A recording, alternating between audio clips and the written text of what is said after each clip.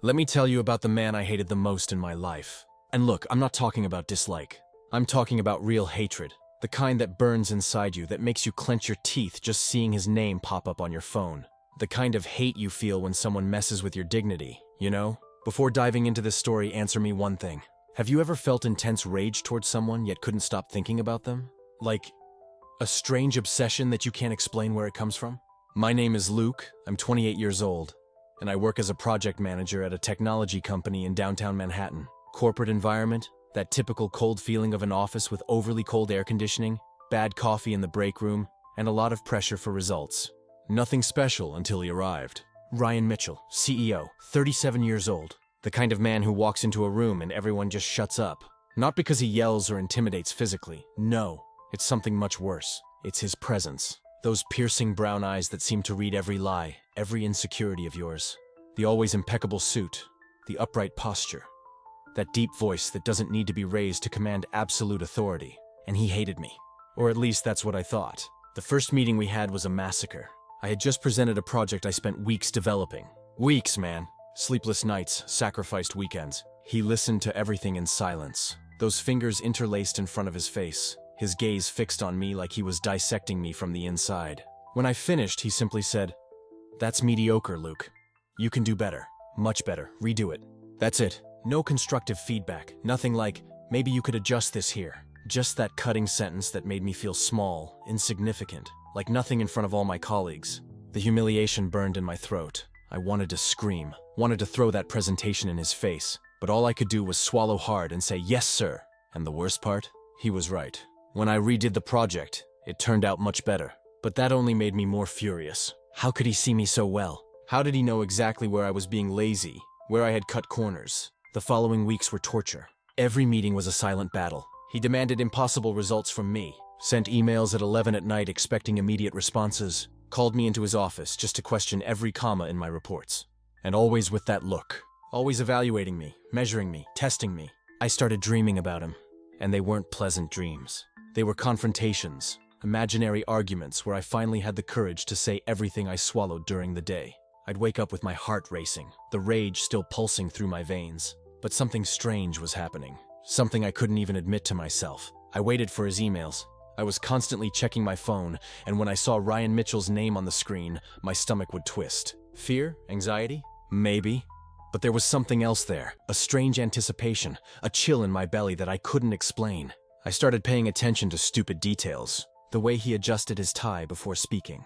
The way he ran his hand through his hair when he was focused on analyzing numbers. That tense line of his jaw when he was irritated. I justified it by saying I was studying the enemy, understanding his patterns to protect myself better.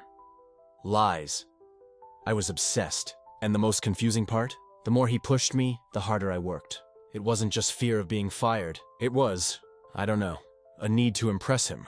To make those critical eyes finally show approval. I hated myself for it. Hated myself for wanting validation from someone I theoretically despised. There was one night I stayed late finishing a report. The office was empty, just me and the suffocating silence of 10 p.m. Suddenly, I heard footsteps. I looked up and there he was, standing in my office doorway, watching me work. He didn't say anything for a good 10 seconds, just stood there with that unreadable expression. "You don't need to prove anything to anyone, Luke." And he left. Just like that, he left me there, completely lost, trying to understand what the hell that meant. After that night, something changed. The tension between us became different, denser, more charged with something I was afraid to name. Then one night, everything turned upside down. He called me into his office after everyone had left. My heart raced. Was he going to fire me? Had he finally gotten tired of me? I walked into the office and he was at the window, his back to me, looking at the city down below. New York's lights blinking like fallen stars. "I need to tell you something, Luke. Something that will completely change how you see me." He turned around, and in his eyes, for the first time, I saw vulnerability, fear, humanity. What he revealed to me that night destroyed every certainty I had about him, about me, about everything. The next morning, I walked into the office trying to pretend that look hadn't happened, that the electricity in the air had been just my imagination. But the universe apparently had other plans. He was in the conference room when I arrived. Impeccable suit, authoritative posture, that expression of someone who commands everything and everyone. The same mask as always. Only now I had seen a crack. A fracture in that perfect armor. And that terrified me. The following days were suffocating. Silence became torture. Every meeting became a minefield of unspoken tension. He remained demanding, perfectionist, ruthless in his criticism. But there was something different. Sometimes, when no one was looking, I noticed. A glance that lasted half a second too long. An imperceptible pause before answering. The way he held his pen when I spoke, fingers tense, as if he was holding himself back. On a Tuesday, during a presentation I was leading, he interrupted me like he always did. My explanation wasn't clear enough, according to him. The rest of the team lowered their eyes, expecting the public reprimand that always came. But when our eyes met, there was something there that wasn't professional criticism. It was almost concern. Care disguised as rigor? I hate that I noticed that, because the moment I saw that hidden vulnerability, something inside me fractured, or awakened. I couldn't tell which. I started noticing things I'd deliberately ignored before. How he always took his coffee black, no sugar, as if he craved the bitterness to stay sharp. How he lingered alone in the office after everyone left, staring out the window with an expression that could only be called loneliness. How his hands, so controlled in meetings, trembled slightly whenever he reached for his phone. And the worst part, I started wanting to understand why. This is wrong on so many levels, I can't even count. He's my boss. My arrogant, impossible boss who made my professional life hell for 3 years. I can't just feel this for him. I can't, I shouldn't. But the heart apparently doesn't care much for corporate hierarchy. On a Thursday afternoon, we collided in the hallway, literally. He was exiting his office just as I was rushing past with an armful of reports, papers scattered everywhere. We both bent to gather them. Our hands reached the same document at the same time. 5 seconds, that's all it took. 5 seconds with our hands touching, eyes meeting, the world holding its breath. He pulled away first. He took the reports, handed them to me in silence, and retreated to his office. But I'd seen everything. The faint flush creeping up his neck, his breath quickening, the way his fingers gripped the papers too tightly before releasing them.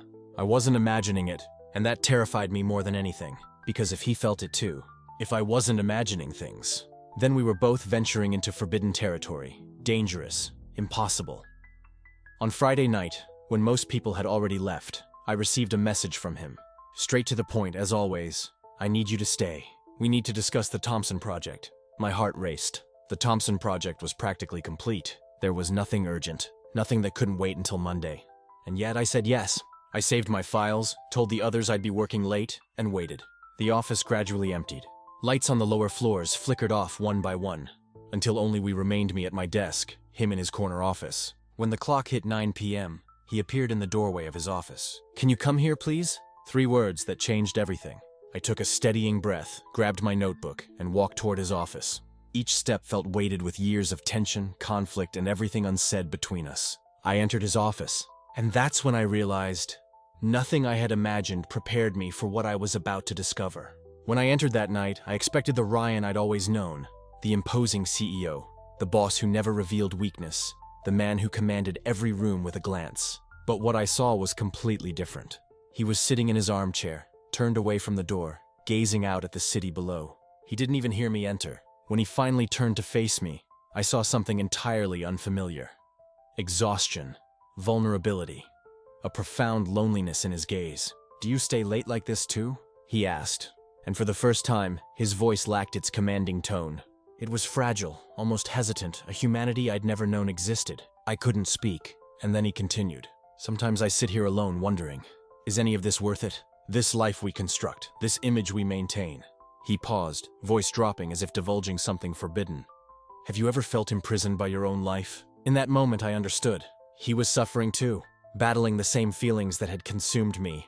"I see you every day," he said quietly, eyes holding mine with an intensity that made my breath catch. "And I know you see me too. Not professionally. The way we try to conceal, but can't." My pulse accelerated. He was voicing what I'd spent months refusing to acknowledge. "Ryan, I started, but he raised his hand. "No, let me finish." He stepped closer, each step narrowing the professional distance we had always maintained. I spent months trying to ignore this, trying to convince myself it was just professional admiration, that it was just nothing. But it's not nothing. And you know it. His vulnerability was devastating. There stood the man I despised, admitting he felt the same way I did. Admitting the confusion, the attraction, the fear. "What if someone finds out?" I whispered, my voice trembling. "What if this gets out of control?" "It already got out of control," he answered, so close now that I could feel his warmth. "A long time ago. In that moment, the distance between us was almost non-existent. Professionally, it was a disaster. Personally, it was the most real thing I had ever felt. But then he stepped back, a step backward, as if he remembered something. "There's something you need to know about me," he said, and I saw fear cross his face, something that makes all of this much more complicated than you imagine. I stood there, waiting, my heart beating so hard I was sure he could hear it. "It's not just about us two. It's not just about what people will think of a relationship between boss and employee." He paused, swallowing hard. "There's another reason why this can't happen. A reason that no one in the company knows." And that's when I realized his secret went far beyond what I imagined. This wasn't just about forbidden attraction at work. It was something bigger, something that terrified him so much he could barely speak. "What?"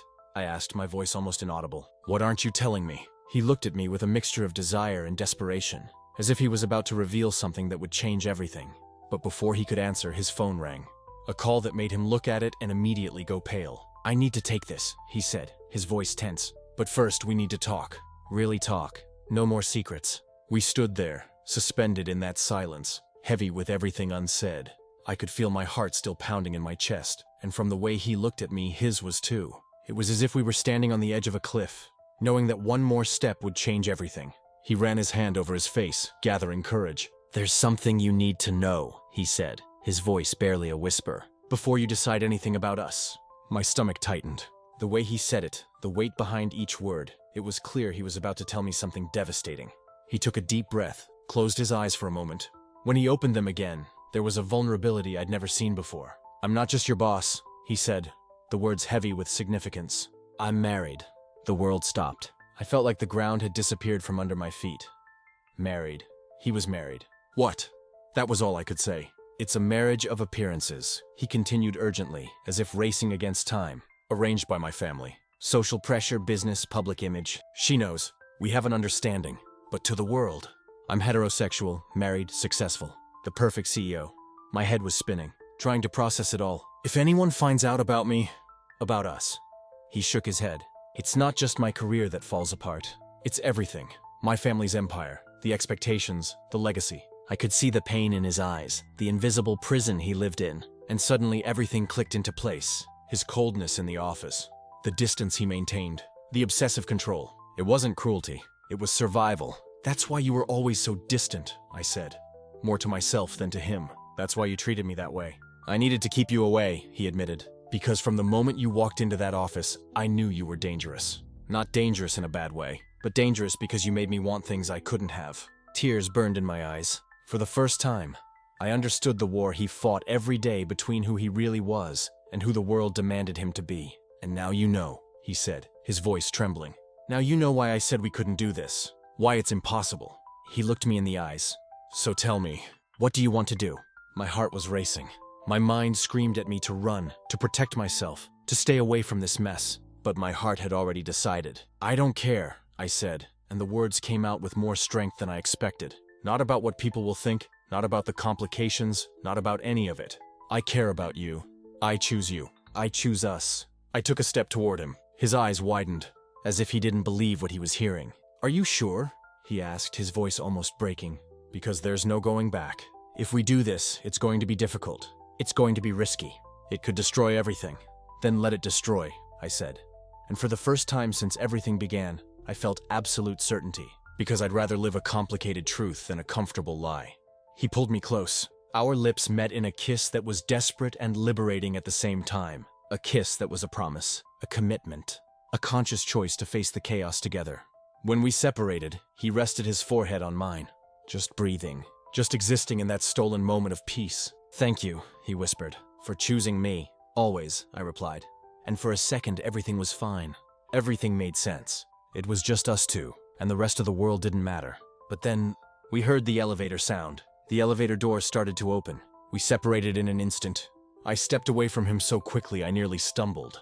Ryan straightened his tie, ran his hand through his hair, and slipped back into that mask of the stern CEO I knew so well. My heart pounded so fiercely I was certain anyone entering would hear it. It was Jennifer, the HR director. She walked into the elevator, greeted us with a polite smile, and stood there, between the two of us. The silence was suffocating. I looked down. Ryan looked up at the ceiling. Jennifer looked at her phone screen. Did she see something? Did she notice how close we were? Did she pick up on my still racing breathing? The doors opened. Jennifer got out first. Ryan got out right after, without looking back. And I stayed there, alone in that elevator, with trembling legs and one certainty hammering in my head. We almost got caught. In the hours after her departure, everything changed. I started to notice the looks, the conversations that stopped when I walked by, the whispers in the hallway. Someone had seen something, or suspected, or made it up. It didn't matter anymore where it came from, the result was the same. They were talking about us. In the afternoon meeting, I felt the weight of the stares from all the directors. Ryan was there, professional as always, conducting the quarterly numbers presentation as if nothing had happened. But I knew, he felt it too. The tension in the air was palpable. After the meeting, he sent me a message. We need to talk. Tonight. We went to that same discreet cafe where it all began. But this time there was no romance in the air. There was fear. We can't keep hiding this forever, he said, stirring his coffee without drinking it. I know. If someone finds out, my position, your career, everything we built, it will all fall apart. I know, Ryan. Do you think I don't think about it every day? He looked at me, and for the first time I saw real vulnerability in eyes that had always been so guarded. Do you regret it? He asked, his voice almost a whisper. The kiss? Everything. I took a deep breath. It was the question I was afraid to hear, because the honest answer was complicated, dangerous, too real. No, I said, and the words came out with a conviction that surprised me. I don't regret it, do you? Never. He paused. But reality didn't change just because we were in love. Social pressure increased daily. The veiled comments, the subtle jokes in the break room, the disapproving looks from more conservative colleagues. And there was the practical question. Who else knew? Who could we trust? Did Jennifer from HR already suspect? Would the vice president who was always close to Ryan understand? Would my team respect me the same way? We need to make a decision, Ryan said, his voice firm now. Either we stop this, go back to being just boss and subordinate, and pretend nothing happened. My heart froze. Or we come out, not necessarily announce it to the whole company, but stop living in fear. Stop hiding. Stop pretending. I looked at him, at the man I had hated for years, at the arrogant CEO who had become the most important person in my life, at Ryan who was willing to risk everything for us. I'm tired, I said, and I felt something change inside me, a decision taking shape. Tired of being afraid, tired of pretending, tired of being ashamed of something that is the most true thing I've ever felt in my life. Ryan held my hand across the table, there in the middle of the cafe where anyone could see. Then we face it, he said. Together. It was an absurd decision, risky, potentially devastating to our careers. But for the first time in weeks, I felt light, because hiding was heavier than any consequence that might come. 2 days later, I was still processing everything when my phone rang. It was Emma, my best friend since college. She knew my reserved nature, knew that I rarely talked about my personal life. But something had shifted this time. I felt I needed to tell her. We arranged a coffee. When I sat across from her, the words tumbled out before I could stop them. I told her everything, the hatred, the confusion, the kiss in the office, my conversation with Ryan, all of it. She was silent for a moment. Then she smiled, held my hand and said, I thought you would never let yourself feel that. I'm so happy for you. Tears welled up in my eyes. I thought I'd be alone in this. You were never alone. We were just waiting for you to find yourself. Those words changed everything. I realized that the fear I was feeling wasn't about the world out there. It was about myself, about accepting myself. And when I finally did that, the world didn't collapse. The people who really mattered were there.